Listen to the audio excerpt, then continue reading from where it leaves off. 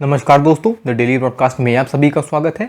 आज डेट है 6 मई और आज की इस वीडियो में हम करने वाले हैं द हिंदू न्यूज़पेपर के एडिटोरियल सेक्शन का डिटेल एनालिसिस। चलिए स्टार्ट करते हैं इस वीडियो को इस बेहतरीन कार्टून के साथ जो आज की इमेज में आया हुआ है। ये कार्टून रिप्रेजेंट करता है कि किस तरीके से ऑक्सीजन की डेफिशिएंसी यानी कमी हमारी कंट्री में आज की डेट में देखी जा रही है। हमारी कंट्री ऑक्सीजन को अलग अलग कंट्री से इम्पोर्ट कर रही है, लेकिन इन सब चीज़ों के होने के बावजूद, इतना बड़ा ऑक्सीजन क्राइसिस होने के बावजूद भी ऑक्सीजन कई पार्ट्स में वेस्ट की जा रही है। कैसे? कई जगह ऑक्सीजन के ब्लास्ट हो जा रहे हैं, यानी सिलेंडर फट जा रहे हैं, आग लग जा रही है, तो इस टाइप की दिक्कतें भी देखी जा रही हैं। तो यहाँ पर हम देख सकते हैं कि किस तरीके से एक साइड लोग जो हैं बिना ऑक्सीजन के मर रहे हैं और दूसरी तरफ से ऑक्सीजन का इतना वेस्टेज हो रहा है। तो ये पूरा कार्टून जो है आज की डेट में ओवरऑल हमारी कंट्री की क्या कंडीशन है उसको रिप्रेजेंट करता है। चलिए डिस्कस करते हैं एडिटोरियल्स। ये जो पहले के फर्स्ट, सेकंड और फोर्थ वाले एडिटोरियल जो है ये प्रॉपर एडिटोरियल सेक्शन से उठाए हुए हैं और ये वाला जो है ये मैंने न्यूज़ सेक्शन से उठाया हुआ है। जनरली मैं न्यूज़ डिस्कस नहीं करता हूँ संडेज़ के अलावा, लेकिन क्योंकि इस आर्टिकल में काफ़ी अच्छा डेटा फिगर रिप्रेजेंट किया गया है तो इसलिए मैं इसको डिस्कस कर रहा हूँ। पहला आर्टिकल जो है अगेंस्ट एक्सेस, यानी जो एक्सेस रिजर्वेशन मराठास को दिया गया है महाराष्ट्र में, उसको जो सुप्रीम कोर्ट ने अभी वर्डिक्ट दिया तो उस चीज़ की बात करता है।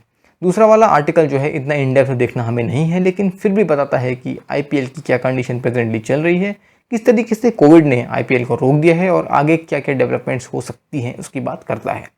ये आर्टिकल बताता है कि पैंडेमिक की वजह से किस तरीके से जो जॉब वाले लोग थे यानी वर्किंग क्लास लोग थे उनको कितना इफेक्ट हुआ है और किस क्लास के लोगों को किस तरीके से परेशानियाँ देखनी पड़ी हैं।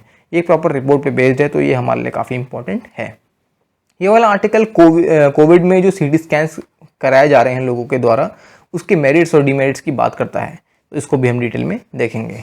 पहला आर्टिकल यहाँ पर मराठा केस की बात करता है।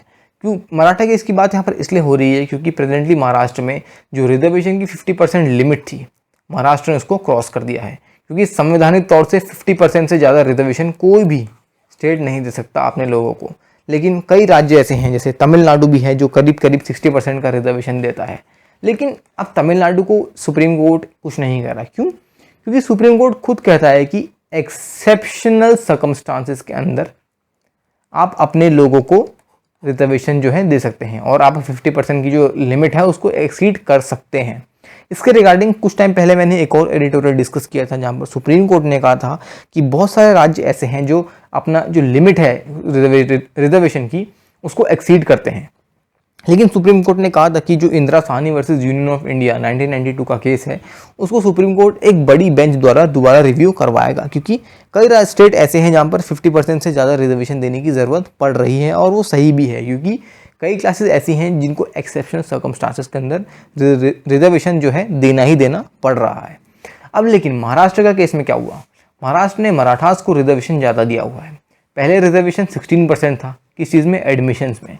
उसको कम करके 12% एडमिशन्स में लाया गया और 13% जॉब्स में लाया गया। लेकिन इन सब चीज़ करने के बावजूद भी स्टेट में रिजर्वेशन जो है 50% के बियॉन्ड यानी उससे भी ऊपर जा रहा था। ठीक है, ये सब चीज़ एक्चुअल में सजेस्ट किसने करी थी? स्टेट बैकवर्ड कमीशन में जो MG गायकवाड़ कमेटी थी उन्होंने ये इन सब चीज़ों को सजेस्ट किया था। बॉम्बे हाई कोर्ट ने इस चीज़ को सपोर्ट किया। सपोर्ट का क्या? उन्होंने तो बस इतना कहा कि एक परसेंटेज फिक्स नहीं करना चाहिए था, लेकिन उन्होंने ऐसा कोई स्ट्रॉन्ग वर्डिक्ट नहीं दिया कि जो भी MG गायकवाड़ कमीशन ने किया है वो सही है या गलत है, ऐसा डायरेक्टली नहीं कहा। लेकिन सुप्रीम कोर्ट ने इस चीज़ को बहुत डायरेक्टली बता दिया कि जो भी MG गायकवाड़ कमीशन ने किया है ये सरासर गलत है। इस कमेटी के द्वारा किसी भी राज्य में 50% से ज़्यादा रिजर्वेशन नहीं हो सकता। मेन चीज़ यहाँ पर ये है, लेकिन फिर भी इस कमेटी ने रिजर्वेशन को 50% से ज़्यादा क्रॉस करवा दिया। तो अभी सुप्रीम कोर्ट ने इस पूरी वर्डिक्ट जो रूलिंग थी इसको क्वैश कर दिया है, ख़त्म कर दिया है। 50% लिमिट कहाँ से सेट की गई थी? याद करिए, 1992 Indira Sahni versus union of India, इस लैंडमार्क केस ने हमारे देश में 50% की जो रिजर्वेशन की जो कैपिंग है उसको सेट किया था। लेकिन आज की डेट में कई स्टेट्स ऐसे हैं जो इस चीज़ को एक्सीड कर रहे हैं। हमारे संविधान का 102nd कॉन्स्टिट्यूशनल अमेंडमेंट यानी संवैधानिक संशोधन ये चीज़ बताता है कि national commission for backward classes एक ऐसी बॉडी है जो यहाँ पर बैकवर्ड क्लासेज जो है उनके वेलफेयर के लिए और उन सब चीज़ों के लिए काम करती है। ऑल्दो ये पावर किसके पास है कि कौन बैकवर्ड है, कौन एजुकेशनली बैकवर्ड है या लिंग्विस्टिक या रिलीजियस वे में बैकवर्ड है, ये चीज़ सिर्फ प्रेसिडेंट के पास ये पावर है। स्टेट्स ऐसा कुछ भी नहीं कर सकते। जैसा महाराष्ट्र ने किया कि मराठास को अपने आप रिजर्वेशन ज़्यादा दे दिया, ऐसा कोई भी राज्य नहीं कर सकता, क्योंकि ये पावर सिर्फ सुप्रीम कोर्ट जो बोल रहा हूँ, ये पावर सिर्फ प्रेसिडेंट के हाथों में है। स्टेट्स अपनी तरफ से सिर्फ एक तरीके का रिकमेंडेशन दे सकते हैं कि हाँ इन पर्टिकुलर क्लासेस को, मतलब प्रेसिडेंट को रिकमेंडेशन दे सकते हैं कि इन क्लासेस को हमारे स्टेट के अंदर जो रिजर्वेशन है वो देना चाहिए, क्योंकि ये लोग एम्पावर्ड नहीं हैं। लेकिन स्टेट्स इस टाइप की जो हरकतें हैं जैसे महाराष्ट्र ने करी हैं, ऐसी नहीं कर सकते। ठीक है, अब यहाँ पर ये पावर, यानी कौन किसको SC STs में रखना है, कौन ऐसे लोग हैं जिनको सोशली इकोनॉमिकली बैकवर्ड क्लासेस में रखना है, ये पावर सिर्फ और सिर्फ प्रेसिडेंट के पास है आज की डेट में। अगर आपने लक्ष्मीकांत पढ़ी है तो डेफिनेटली आपको ये चीज़ पता होगी। ये आर्टिकल बात करता है कि किस तरीके से कोविड के दौरान CT स्कैन का जो आप कह सकते हैं यूज़ हो रहा है, उससे क्या मेरिट्स हैं और क्या डीमेरिट्स हैं। देखिए, पहले तो डायग्नोसिस की यहाँ बात की गई है। डायग्नोसिस का मतलब क्या होता है कि कौन सा डिजीज़ है जो एक बॉडी को इफेक्ट कर रहा है। एटिग्नोसिस का मतलब क्या है कि डिजीज़ किस तरीके से हुआ, और प्रोग्नोसिस का मतलब क्या है कि ये डिजीज़ इवॉल्व कैसे हुआ।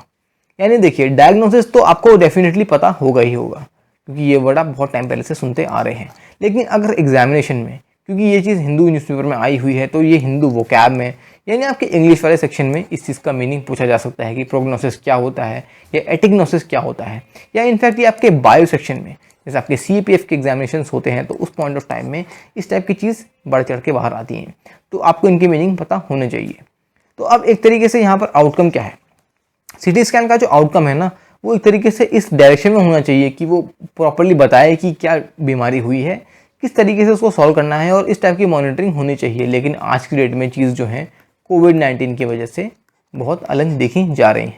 ठीक है, पहले तो देखिए एक स्टडी हुई। इस स्टडी में ये पाया गया कि टोटल 16,133 पार्टिसिपेंट्स थे और उनके ऊपर टोटल 41 स्टडीज़ की गई। उसमें ये पाया गया कि CT स्कैन जो है ना, उसकी कोविड-19 को डायग्नोसिस में, यानी उसको डिटेक्ट करने में सिर्फ 88% की आप कह सकते हैं एफिशिएंसी थी। यानी अगर 100 लोग CT स्कैन कराते हैं, 100 कोविड पॉजिटिव लोग अगर CT स्कैन कराते हैं, तो उसमें से सिर्फ 88 लोग जो हैं उनका सही रिजल्ट जो है बाहर आएगा, बाकी 12 लोगों का सही रिजल्ट नहीं आएगा। ठीक है, तो यहाँ पर ये चीज़ थी। ऑल्दो RT-PCR जनरली एक मिसकंसेप्शन है, आप कह लीजिए कि लोगों को ये लगता है कि RT-PCR की एक्यूरेसी 95% के अबव है और रैपिड एंटीजन टेस्ट जो है उसकी एफिशिएंसी कम है। बट स्टडीज़ क्लियरली बताती हैं कि RT-PCR टेस्ट जो है उसकी सिर्फ 70% एफिशिएंसी है। यानी 100 में से अगर 100 पॉजिटिव लोगों को टेस्ट किया जाए, तो उसमें से सिर्फ 70 लोग जो ऐसे हैं जिनको RT-PCR पॉजिटिव दिखाएगा, बाकी 30 लोगों को RT-PCR पॉजिटिव नहीं दिखाएगा। यहाँ पर ये भी एक RT-PCR का ड्रॉबैक है जो आपके लिए काफ़ी इंपॉर्टेंट है डेटा पॉइंट ऑफ व्यू से। ठीक है, अब उसके बाद एटिग्नोसिस का एक एक्यूरेट टेस्ट जो है उसका रिजल्ट जो होना चाहिए ना, प्रॉपर्ली सर्टेन होना चाहिए। मान लीजिए कि ऐसे इंसान जिसको कोविड नहीं है, यानी जो कोविड नेगेटिव है, उसको डायग्नोसिस करके ये चीज़ बता दी गई कि वो कोविड पॉजिटिव है, तो एक तरीके से उस इंसान के ऊपर बहुत ज़्यादा दिक्कतें आ जाएंगी। क्योंकि देखिए 20% ऐसे लोग पाए गए जिनको कोविड नहीं था, लेकिन फिर भी इस टेस्ट ने ये बताया कि वो कोविड पॉजिटिव हैं। तो ऐसे इंसान जो कोविड पॉजिटिव नहीं है, उसको ये बताना कि वो कोविड पॉजिटिव है, ये साइकोलॉजिकल कॉन्सिक्वेंसेस कॉज कर सकता है। क्योंकि आपको भी पता होगा कि बहुत सारे डेटा और रिपोर्ट्स ये सजेस्ट करती हैं कि कोविड पेशेंट्स बहुत सारे डिप्रेशन में हैं, इनफैक्ट कई लोगों ने सुसाइड भी किया है।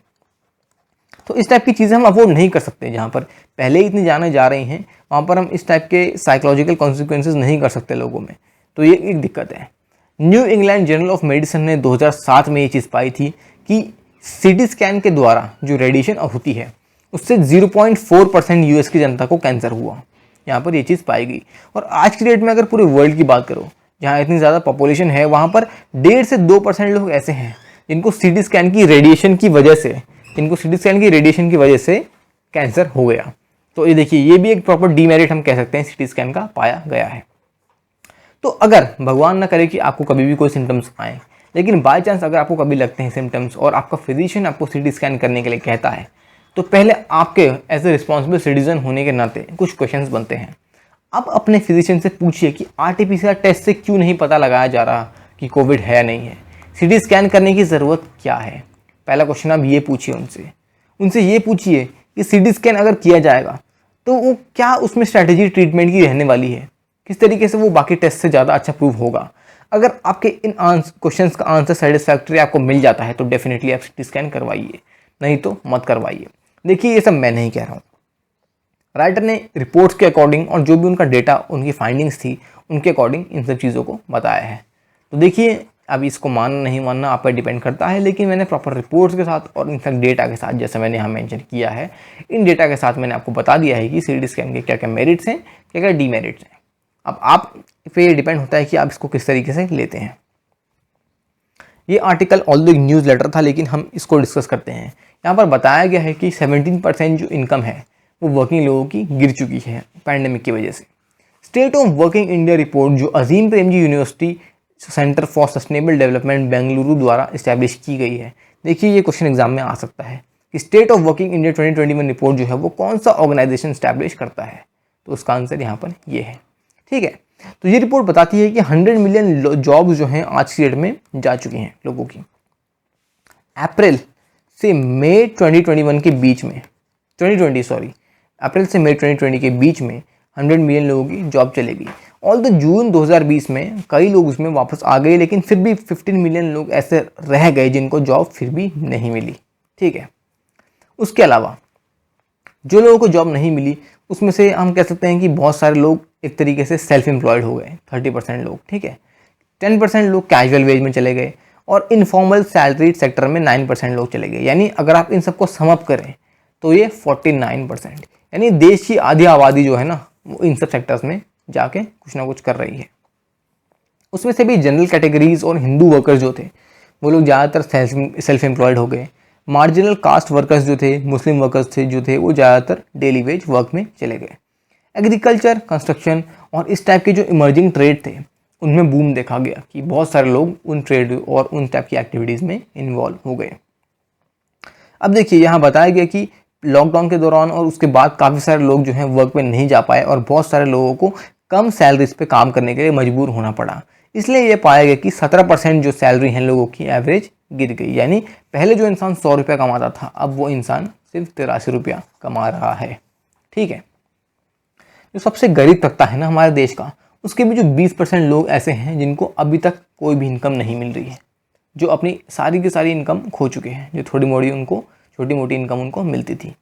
लॉकडाउन के दौरान और लॉकडाउन के बाद 61% आदमी ऐसे थे जो एम्प्लॉयड रहे और उसमें से भी उसके बाद पाया गया कि 7% लोग ऐसे थे जिनकी जॉब अभी भी गई हुई है और उनको अभी तक कोई काम नहीं मिला है। वुमेन को काफ़ी मेजर यहाँ पर इफेक्ट हुआ है, क्योंकि अभी सिर्फ 19% वुमेन जो है वो एम्प्लॉयड हैं।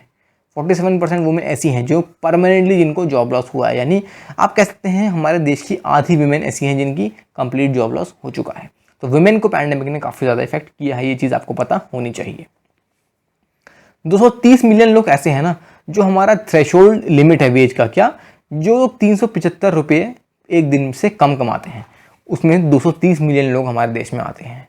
देखिए कितना मेजर तबका आता है। तो इसने इस चीज़ ने ना गरीबी को 15% से इंक्रीज़ कर दिया है गाँव के इलाकों में। ऐसी गरीबी कम थी करके 15% और ज़्यादा लोग गरीबी में घुस चुके हैं रूरल एरियाज़ में। और अर्बन एरियाज़ की बात करो तो अर्बन एरियाज़ में 20% लोग जो हैं और गरीबी में आ चुके हैं। तो अब क्योंकि इस रिपोर्ट ने प्रॉब्लम्स तो बताई हैं तो सॉल्यूशंस भी बताए हुए हैं। सॉल्यूशन ये है कि ये रिपोर्ट कहती है कि free ration public distribution scheme के अंदर एक्सटेंड करना चाहिए 2021 में। उसके अलावा मनरेगा जो 100 डेज़ का एम्प्लॉयमेंट गारंटी करता है उसको बढ़ा के 150 डेज़ कर देना चाहिए ताकि लोगों को और ज़्यादा एम्प्लॉयमेंट मिले। अब इससे एक चीज़ जनरेट होती है। क्या आप मुझे बता सकते हैं कि मनरेगा किस ईयर में स्टार्ट किया गया था और कौन सा एक ऐसा स्टेट है जो मनरेगा के अंडर सबसे हाईएस्ट पेमेंट करता है? ये चीज़ आपको मुझे कमेंट सेक्शन में बतानी है। इससे आपकी नॉलेज भी इंक्रीज़ होगी और मुझे भी अच्छा लगेगा कि आप डेफिनेट सी बातें सही डायरेक्शन में प्रिपेयर कर रहे हैं। सडन डेथ, ये आर्टिकल आईपीएल की बात करता है, क्योंकि आपको भी पता होगा कि रिसेंटली आईपीएल में जो कोरोना जो फैल गया, काफ़ी सारे प्लेयर्स जैसे कोलकाता नाइट राइडर्स के संदीप वारियर, वरुण चक्रवर्ती, सनराइजर हैदराबाद के रिद्धिमान शाह, दिल्ली कैपिटल्स के अमित मिश्रा, चेन्नई सुपर किंग के बॉलिंग कोच एल बालाजी और स्टाफ लॉजिस्टिक्स के जितने भी मेंबर थे उन सब कोरोना हो गया, कोविड पॉजिटिव पाए गए वो सारे लोग। पहले तो बीसीसीआई ये चीज़ मानने को तैयार नहीं था। वो इस चीज़ पे बहुत भरोसा कर रहे थे कि जो बायो बबल वो फॉर्म करेंगे वो एक तरीके से कोरोना उस बायो बबल को तोड़ नहीं सकता, लेकिन अब उनकी ये गलतफहमी भी कोरोना ने दूर कर दी है। ठीक है, अभी का जो आईपीएल का एडिशन था ये 14th एडिशन था, ये चीज़ आपको पता होनी चाहिए। क्या पता किसी एग्जाम में टपक के ये क्वेश्चन आ जाए कि अभी का जो 2021 का आईपीएल था ये कौन सा एडिशन था।